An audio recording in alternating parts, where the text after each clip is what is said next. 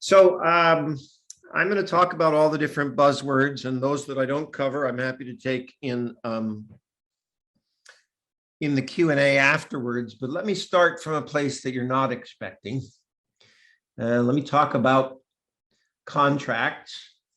In fact, ancient contracts. Okay. This might be Abraham and Lot deciding which who gets which land. But to memorialize it, they need two things. They need some kind of permanent record, and that is represented here by those stones that are being built into a pile, and they need witnesses. And in a sense, the blockchain is simply a modern version of that. Let me fast forward to a couple of, well, let's see, about, 4,000 years to the 14th century. And here we are looking at an indenture. Now, surely there is someone in the audience who can tell us why an indenture is called an indenture.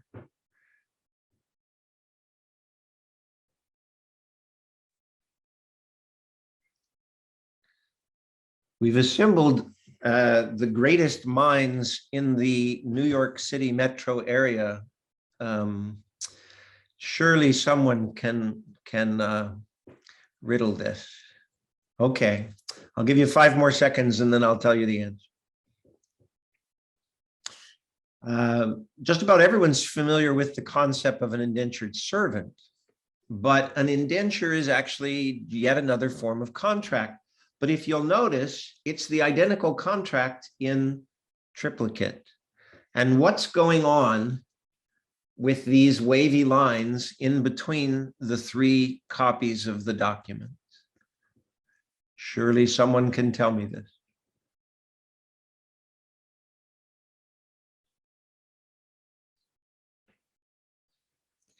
Remind me to not make this a Jeopardy question next time I have the chance. You can make sure they fit back together. Ah, very good. Very good. Thank you. My faith in the RKYHS community is restored. Okay. Here's the situation. With an indenture, the idea was to make a ragged tear along these lines and hand out multiple copies of it to the different participants, so that if the integrity of any one copy was brought into question, can you continue the story, you that were participating there? What would happen? Other people would have copies of it to show. Others would have copies of it to show, but the authentic copies, what would be the unique feature of putting the authentic copies together? You can only be sure you have the actual duplicated pieces when you can put them all together. Right, when those random tears, those jagged edges line up perfectly. And in a sense, all that the blockchain is a way of creating a digital tear in records.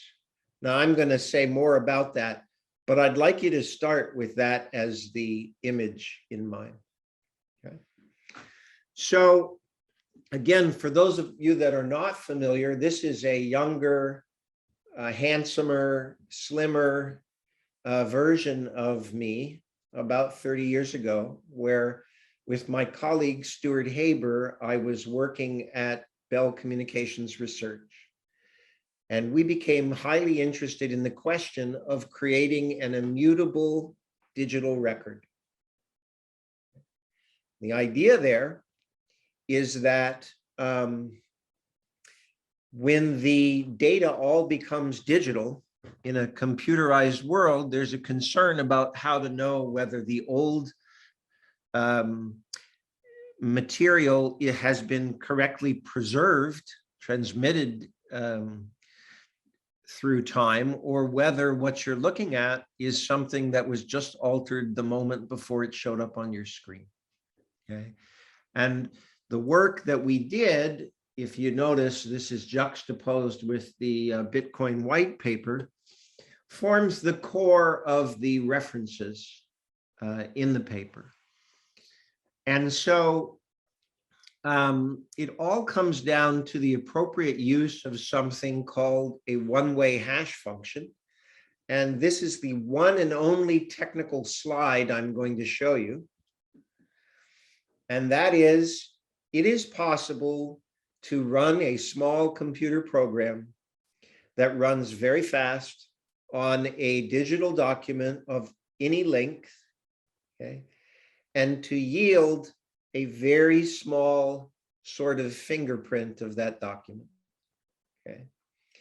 It's very easy to create the fingerprint from the document, but it is essentially impossible to figure out what was in the document by looking at the fingerprint.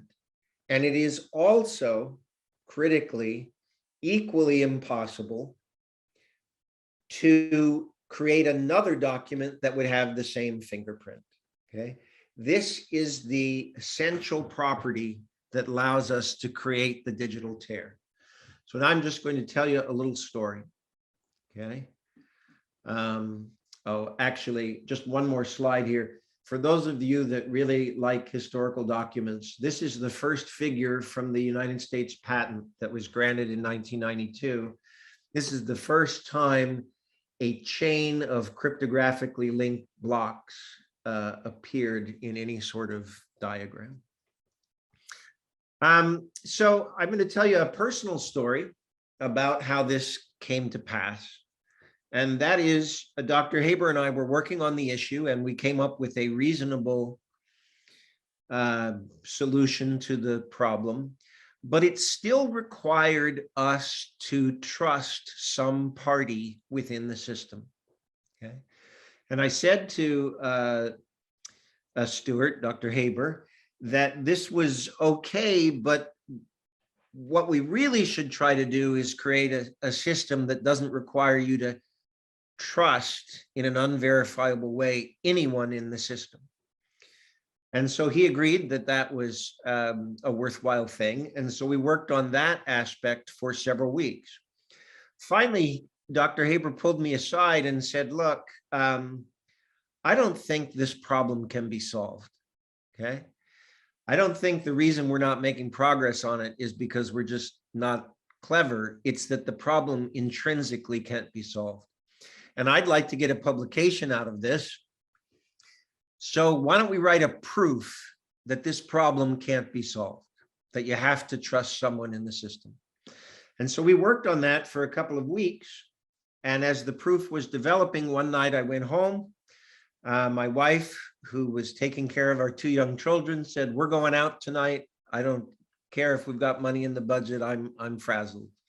So we went to the sort of place that we could afford. We went to this Friendly's restaurant in Convent Station on Route 24. And while we're standing in line waiting for a table, I'm reviewing the proof in my mind. And the way the proof went was like this. If you have two people that are agreeing on some contract, then if they collude about when the record is created, then you'll need a third person to look over their shoulder to make sure that nothing is being handled inappropriately. But if you draw that third person into the collusion, then you need a fourth person to look over that person's shoulder, and so on and so forth, 5, 6, 7, and on to infinity. And our argument was basically, since that's a reductio ad absurdum and the reductio ad infinitum at the same time, that the converse must be true, namely someone has to be trusted. But as I'm reviewing that proof while waiting in line at the restaurant, I all of a sudden realized that, in fact, the conundrum, namely having the requirement to have everyone in the world as a witness, was in fact the solution to the problem. Namely, that it was possible by linking the records together with that one-way hash function I mentioned before with that fingerprint, that if we widely distributed the records amongst all the participants and found a very compact way of handling that, that we would in fact have squared the circle, so to speak. And I will tell you one more story about that, and this is purely for the motivation of your children. There's a story in the physics literature, you know, my doctorate was in physics, about a man named Hans Bethe, a great physicist who was the first to figure out how the stars shone, namely the thermonuclear fusion process at the heart of the stars that makes them work. And the afternoon when he had figured that out, he went on a date with his fiance, and they're both looking up at the sky, and she says, how beautiful the stars are, see how they shine. And he says, yes, and I'm the only person in the world that knows how they do it. And I would just like to record the feeling of ecstasy that comes when, at least for one night, you are the only person in the world that knows how to do something. My wife has a very different memory of that night, which is all during dinner and all that evening, I kept saying to her, I think I just figured something out, but I won't know until I talk to Dr. Haber tomorrow. And I continued saying that pretty much the whole night because I could not sleep. So anyway, I just thought I'd give you that as a personal note that your children and my students ought to be inspired about thinking big ideas, thinking big things. And I constantly think about how to inspire excellence and inspire big thinking in my students. Another way to view the blockchain, and yes, I really promise I will get to Bitcoin in just a minute. Another way to view the blockchain is as a kind of inverse panopticon. Okay, now I'm reaching out again to the Kushner community for someone to tell us what a panopticon is.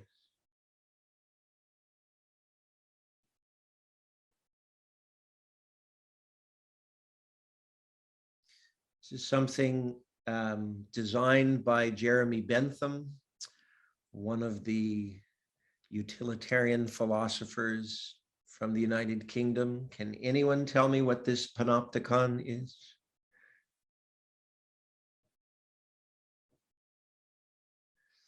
So the idea of the panopticon is it's a building. It was intended initially as a prison, and around the periphery you have the different prisoners' cells, and in the center you have the guard.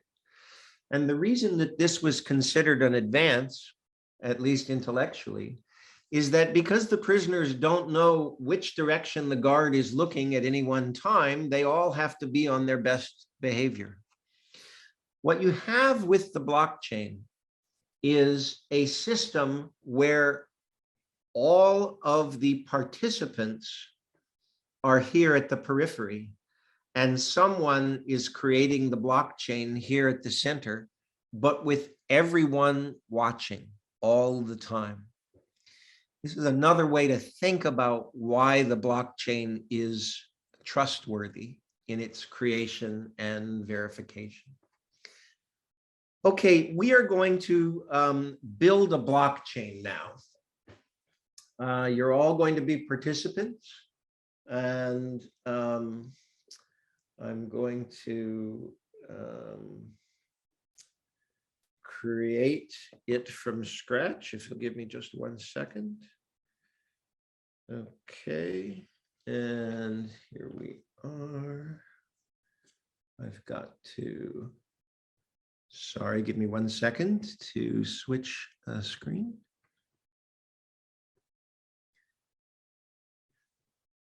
Okay, let's do this.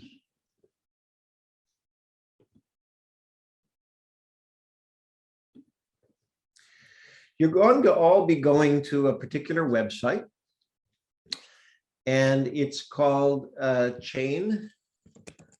.gazillion.network. And you're going to get to a screen that looks like this.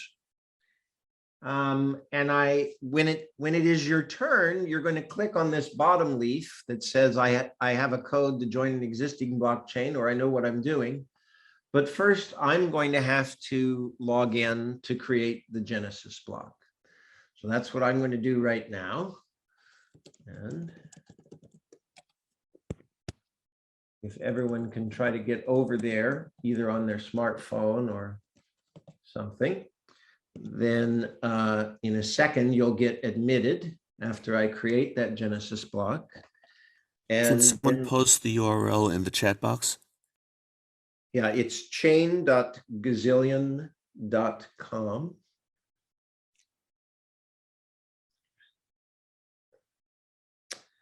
And let's see, 664.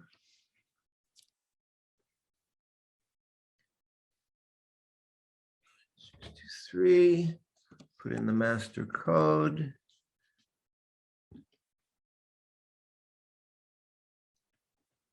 I don't like that master code. Oh, it's because I put it in wrong.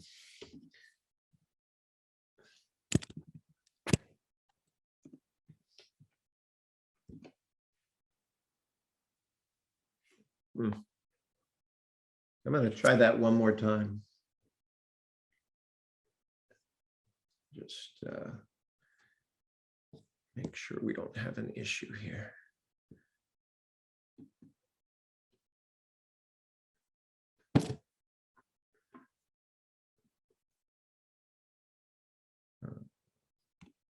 Apologies for that. Let's try it again.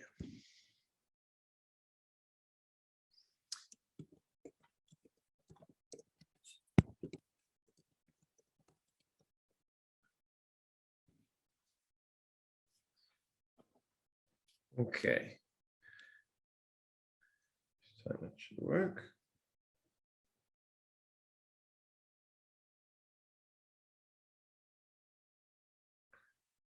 Five, 6, 3, 9.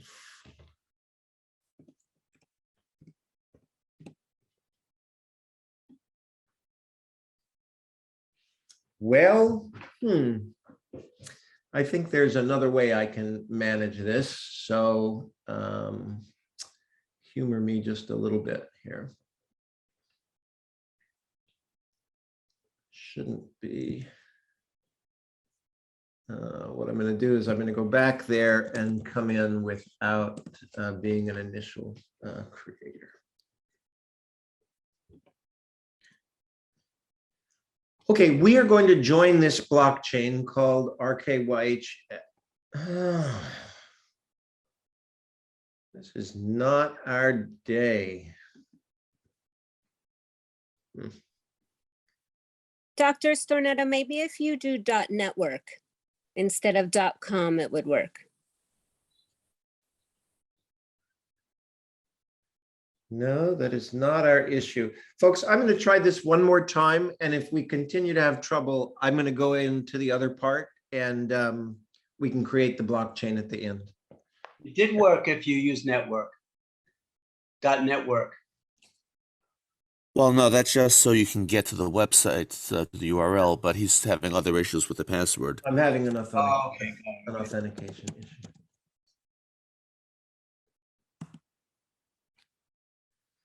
Okay, let's. We can't get that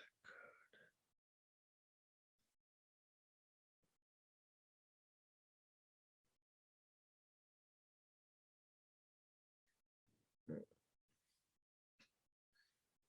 Yeah, you know what I'm going to do? I'm going to go back to the other portions of the talk, just because I don't want to delay this further. So with my apologies there.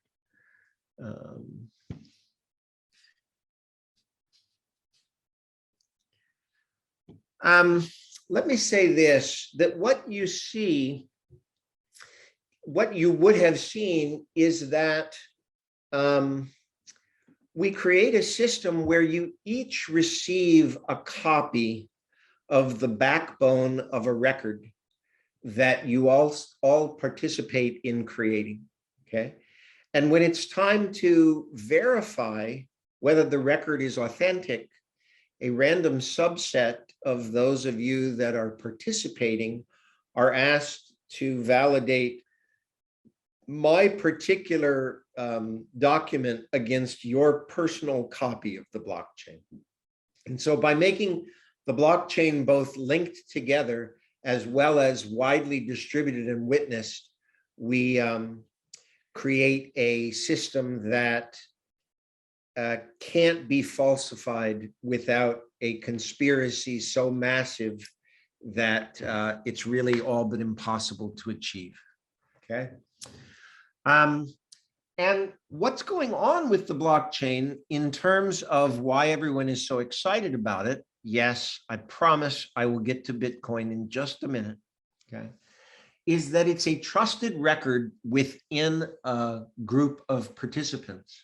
And that interoperability of the record means that we can all deal in a more frictionless way with the claims that we have about how anything is distributed. And the fact that we work in a peer-to-peer way means that we have truly eliminated the need for a trusted party in the system, an intermediary.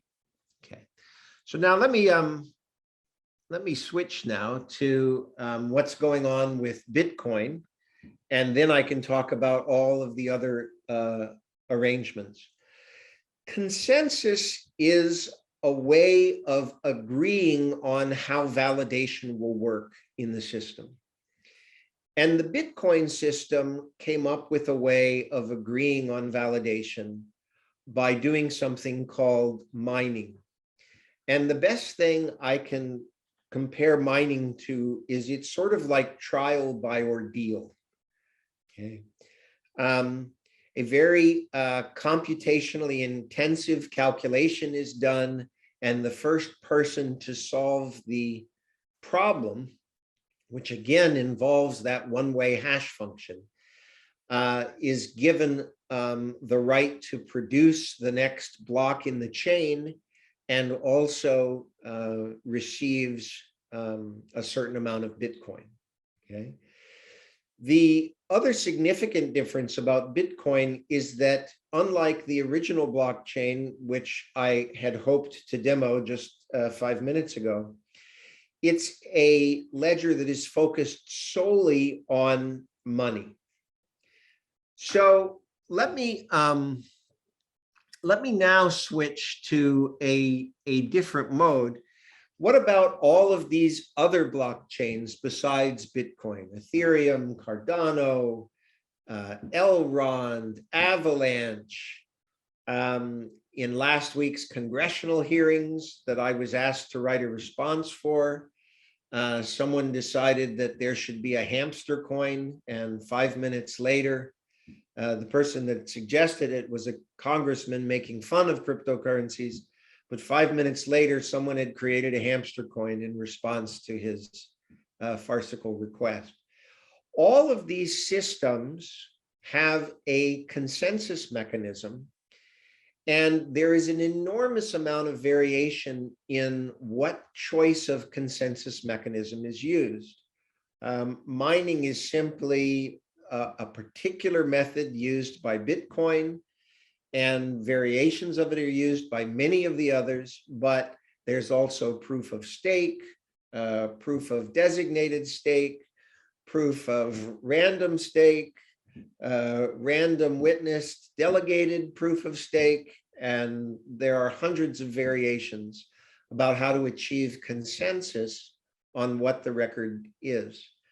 And right there, I should note that this should dispel some of the concerns that Bitcoin uses an excess, that rather cryptocurrencies and blockchains use an excessive amount of energy, which is causing global warming and whatever.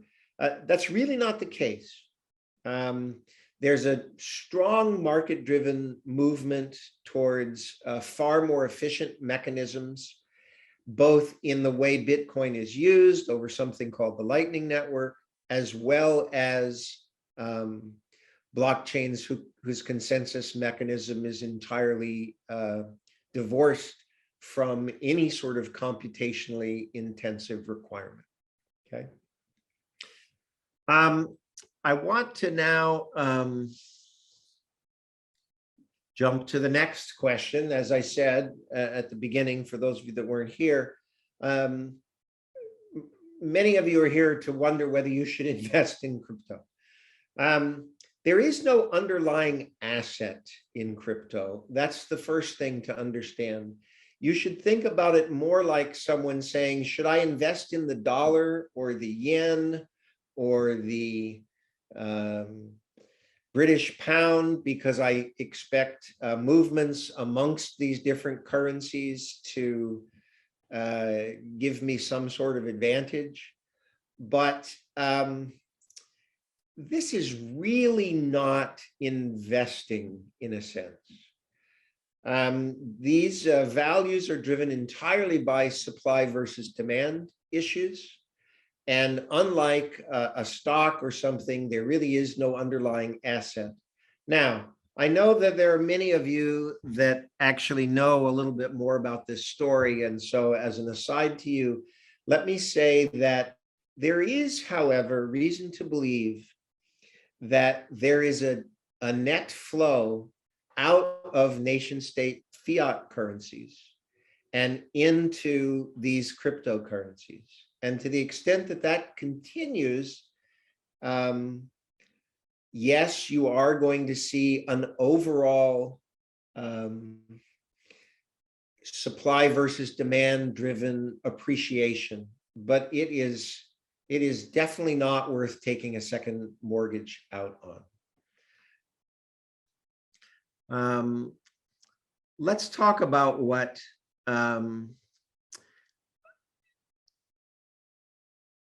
else is going on in this space. I want to talk briefly about something called central bank digital currencies, which is there's a notion amongst the central banks of the leading economic states that in response to the rise of cryptocurrencies, perhaps they should issue something similar to it, but that's an extension of their central bank digital currency. And what I would say there is this is going to have a very interesting effect, because what we're seeing as these central bank digital currencies develop, and this was a topic of last Wednesday's congressional hearings, is that the central banks have a concern that cryptocurrencies will, in a sense, outflank them. And that in turn leads them to wanting to align themselves with other cryptocurrencies so that they outflank the other digital banks, the other central banks' digital currencies. And what this is going to do is to end up validating the cryptocurrencies rather than discouraging their use. So this has already reached, in my opinion, a tipping point where the central banks and their fiat currencies have to deal in an environment where they consider the effect of their monetary policy on whether it will drive people out of the use of that currency and into something more favorable. So there's just a lot more competition here. I would, given that we lost time on attempting to create that that blockchain, I'm going to skip over a lot of the slides that I had there. I want to at least talk about non-fungible tokens a little bit before I open to Q&A. So the idea of a non-fungible token is that there is a unique location in the blockchain where the original of some digital file exists. And even though it is the case that others can make copies of this, whether it's a JPEG file or something like that, that this is agreed upon by the community as the one and only place where the authentic version is located. Sort of like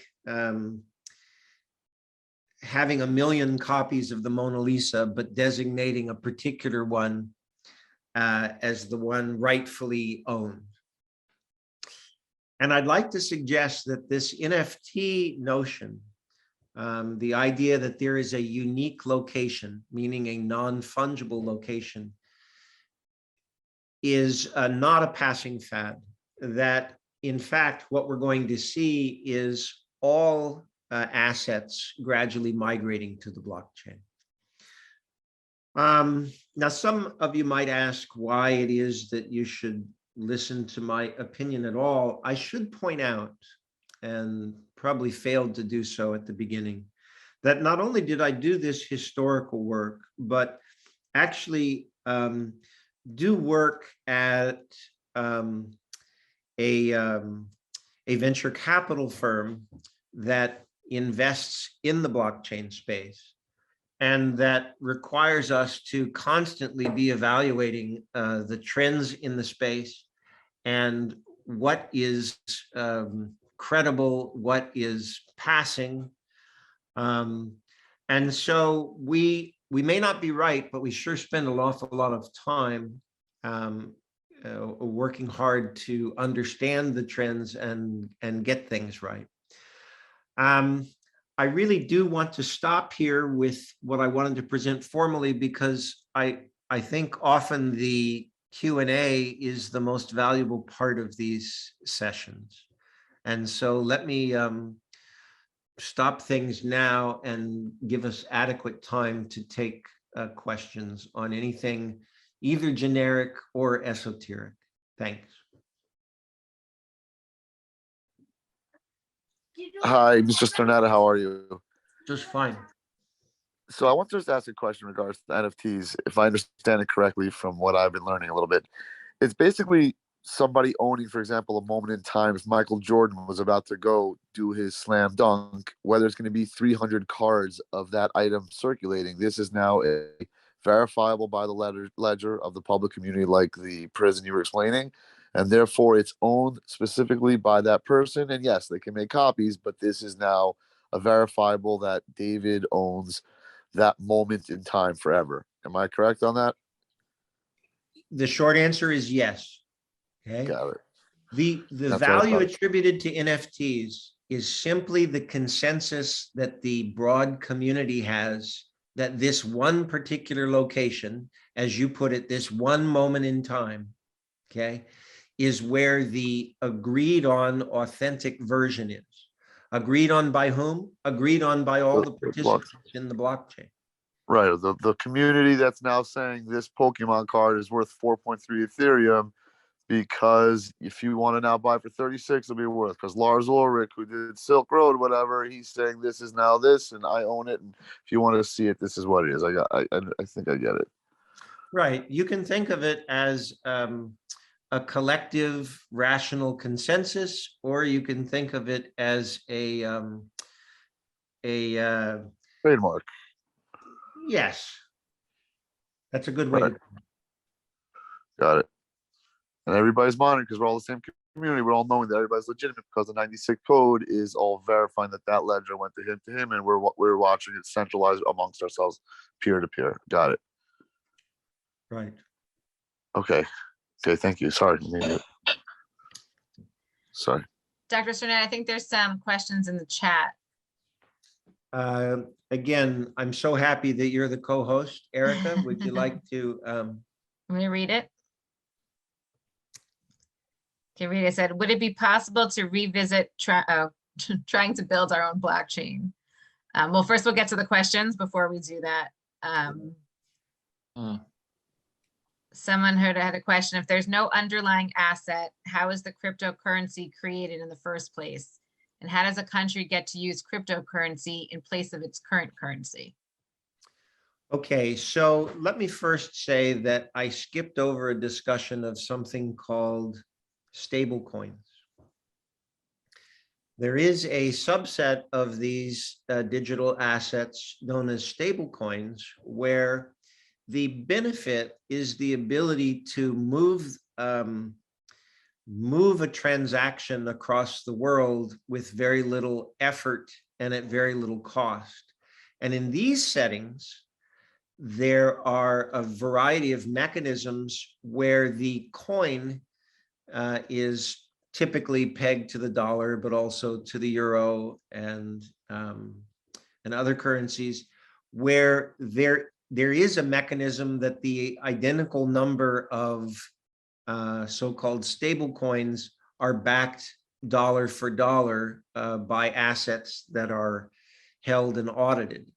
And in that one situation, you do in fact have an asset, so to speak, to the extent that a fiat currency, a country's currency, is in fact an asset. But with respect to other cryptocurrencies, there is no underlying asset. That is not to say that everything on the blockchain doesn't have underlying assets. Again, this goes to the direction that things are headed in, where following the lead of non-fungible tokens, we are seeing more physical assets registered at a location in the blockchain. And this, this one unique moment in time, this one particular location in the blockchain represents actual ownership of some physical asset. Okay, we have a question. Do you see cryptocurrencies as a future competitor to central bank fiat Digital currencies? And currency? my answer is, without emotion, decidedly yes. Okay.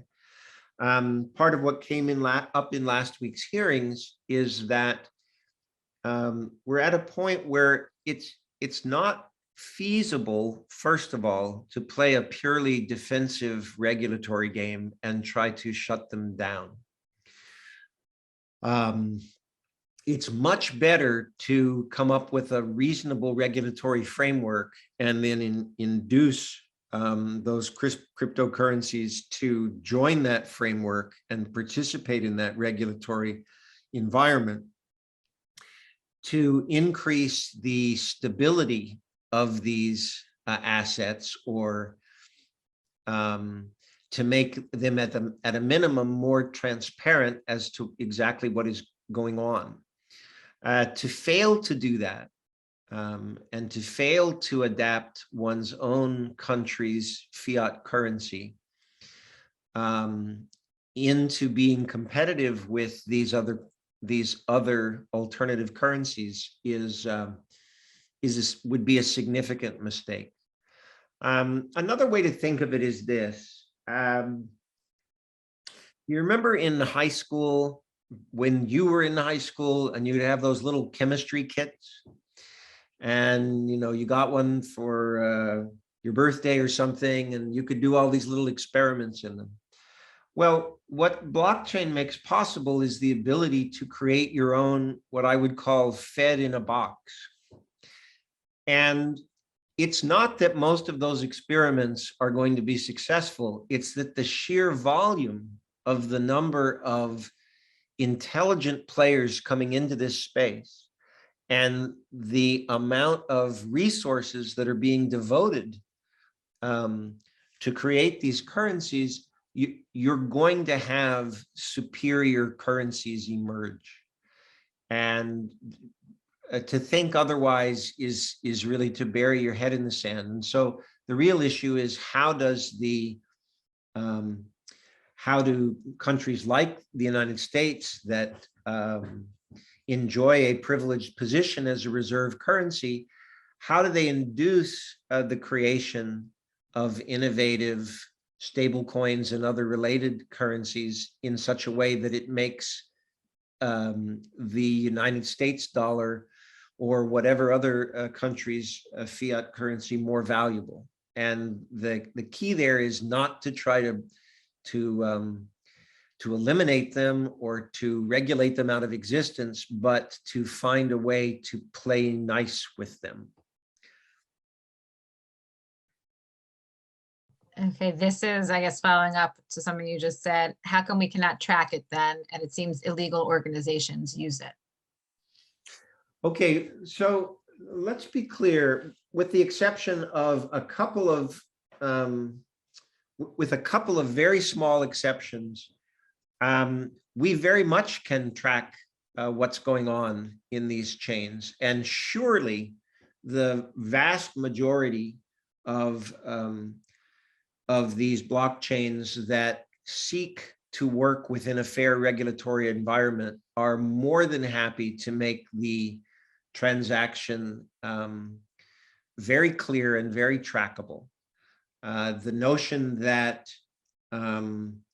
these currencies are somehow the province of dark and secret people doing dark and secret things, it's just not supported by the amount and volume of the transactions that are being handled by people that are readily identified. It's possible to do things that are illegal and untraceable, but if you want to do that, the thing to use is cash. And yet that doesn't mean that people that use cash are all using it for criminal intent. So I would have to come down saying that I'm not suggesting that the supposition is entirely false, but what I'm suggesting is the clear trend is towards regulated, easy to track, transparent chains. Okay, the next question is, are cryptocurrencies too expensive for citizens of second and third world countries to start using? Will they ever be able to serve that purpose? Okay, so again, we live in a bit of a bubble in the United States in particular, because for all that we might want to complain about banks charging too much money or the Federal Reserve doing too much quantitative easing, we have a relatively stable setting. With many of these countries that don't have that kind of stability in their own fiat currencies, there is a very, very meaningful movement to using some of these currencies in lieu. And no, they aren't in any sense too expensive, in the same sense that you can think of it as a stock price. You can have a share of something that costs $10,000, but you can buy fractional pieces of the stock. In the same way, you can buy, for example, in the case of Bitcoin, and also in the case of all of these other cryptocurrencies, such a tiny fraction of the amount that the actual price in an absolute sense doesn't matter. It's really just the relative change in pricing. Okay, can you elaborate on the function of mining? Is it specific to Bitcoin as an application? What technically are miners doing that serves the network? Okay, so this is yes, mining you should think of as specific to Bitcoin and specific to other cryptocurrencies that want to rely on so-called proof of work. What they are doing is they are computing they are doing a very large number of hash functions until they come up with a certain magic number. And they have to do that by brute force. And it is simply agreed by consensus that the first to come up with the magic number in each block will receive a certain amount of Bitcoin. The benefit of it, now that the system is operating, is much more to create an inducement for the so-called miners to keep a copy of the blockchain record. But as I said, there are many other mechanisms that are being explored, experimented with, that I think ultimately will prove far more efficient and more aligned with value creation than the current instantiation of Bitcoin. Now, please don't take that as a message to say, okay, dump your Bitcoin and go buy anything else, because there is work on top of Bitcoin that attempts to alleviate some of that issue. And so I don't want it down on record that I said to dump Bitcoin and buy ETH or anything else. Okay. How long do you anticipate it will take before cryptocurrencies are the main form of commerce? I think that's a great question. And I do want to say that I think that it is an inevitability. Okay. It's not a question of if, but when. And it's because of the eventually frictionless nature of how that verification and transfer of value occurs. As to time frame, there's a problem with that, and that is I was trained as a theoretical physicist, and theoretical physicists always try to look for the in-state asymptotic behavior. But the saying among critics of that is that in the in-state behavior, we're all going to be dead anyway. So why are you worried so far about down the road? I'm not going to say, but what I will say is that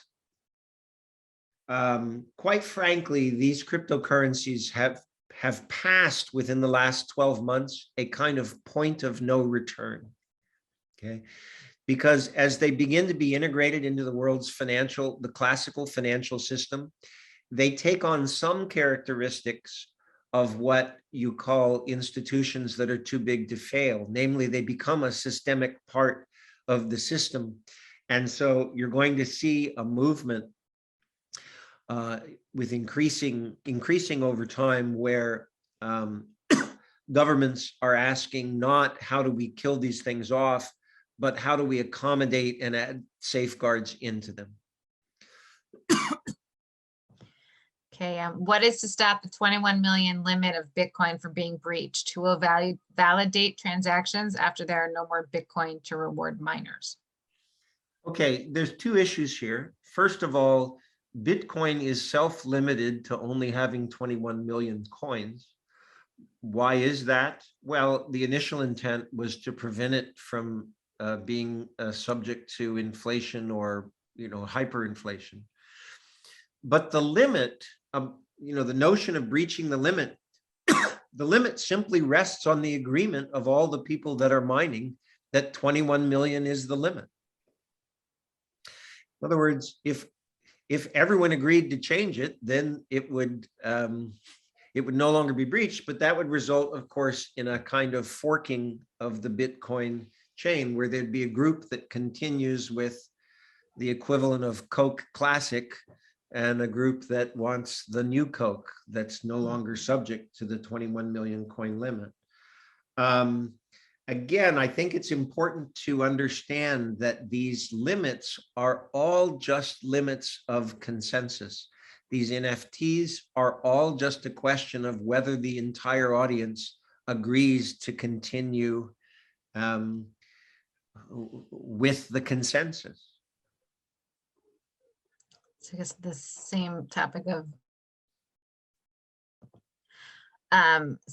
limits in regards to the 4 million left in Bitcoin, as it's finite, how does the halving every few years work in order to reduce the mining ability? Why will it take 119 years to get to the end if people are buying? Won't that finish the supply earlier?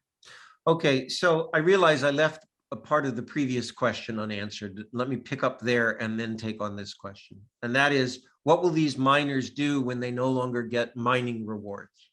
And the answer is they are already doing something. They're already charging fees to have your transaction recorded.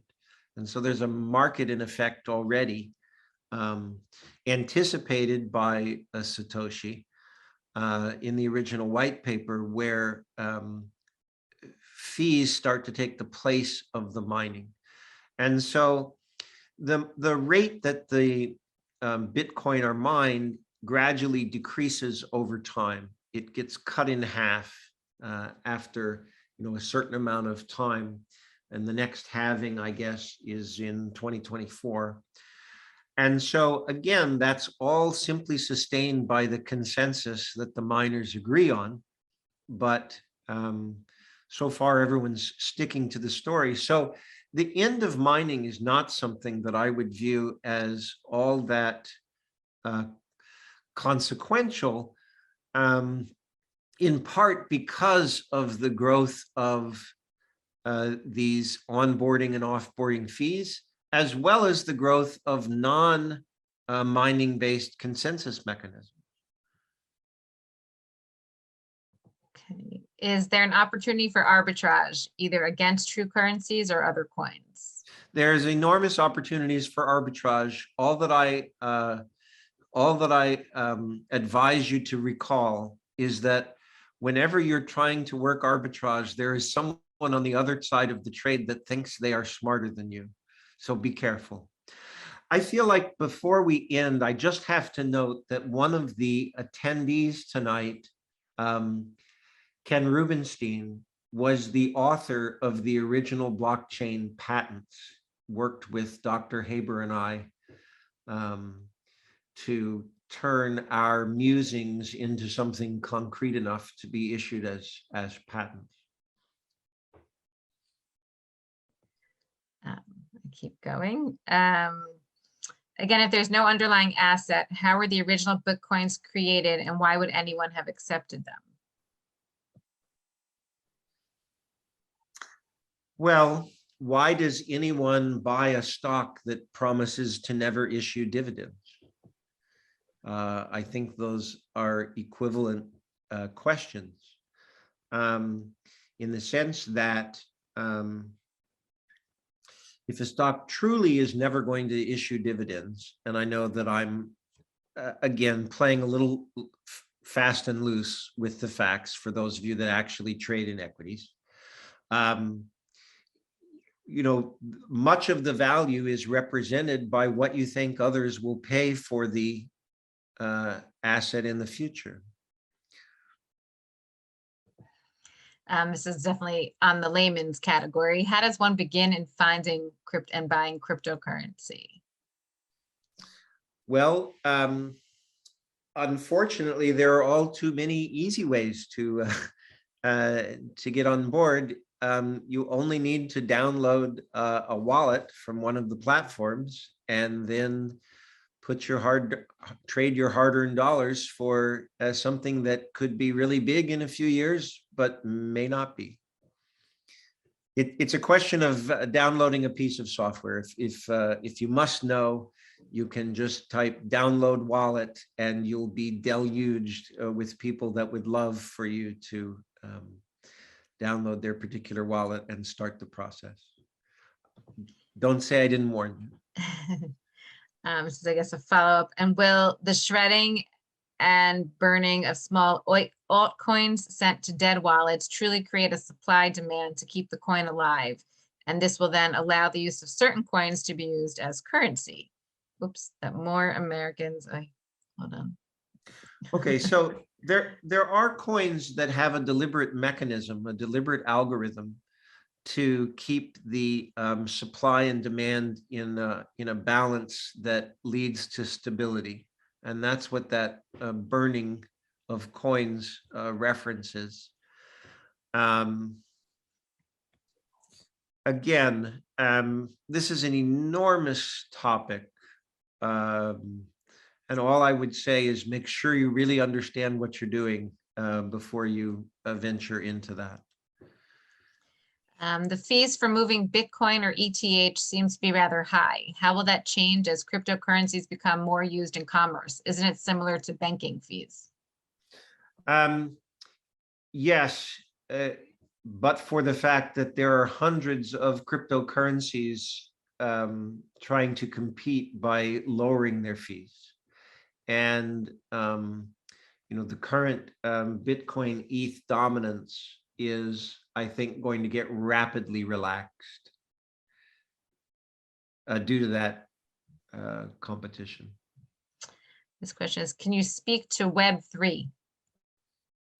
So Web3 is simply the notion that by having a stake in crypto, a given cryptocurrency, you are a joint participant in that version of the web.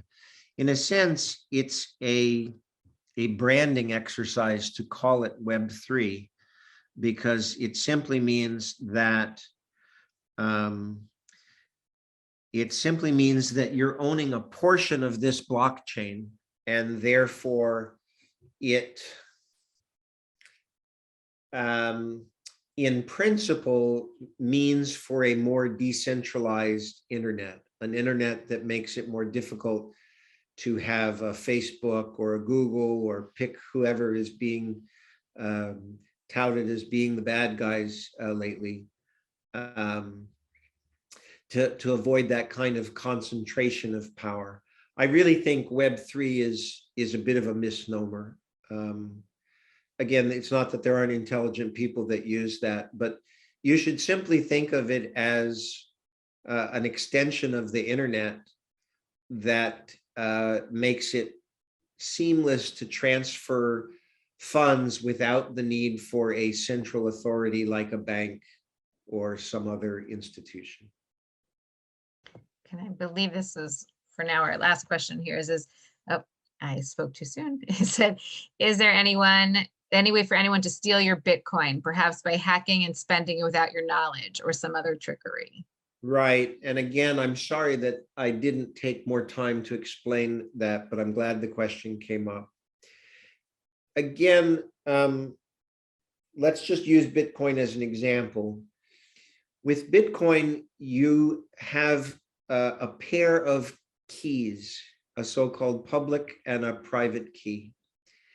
And this is something that we teach in the advanced topics in computer science class, just as a plug.